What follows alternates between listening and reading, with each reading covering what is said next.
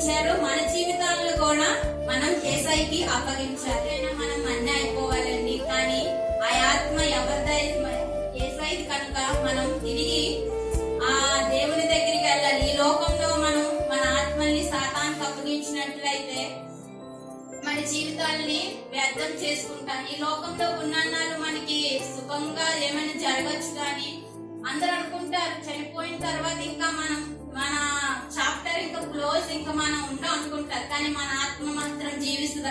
అప్పుడే అసలైన జీవితం మొదలవుతుందండి.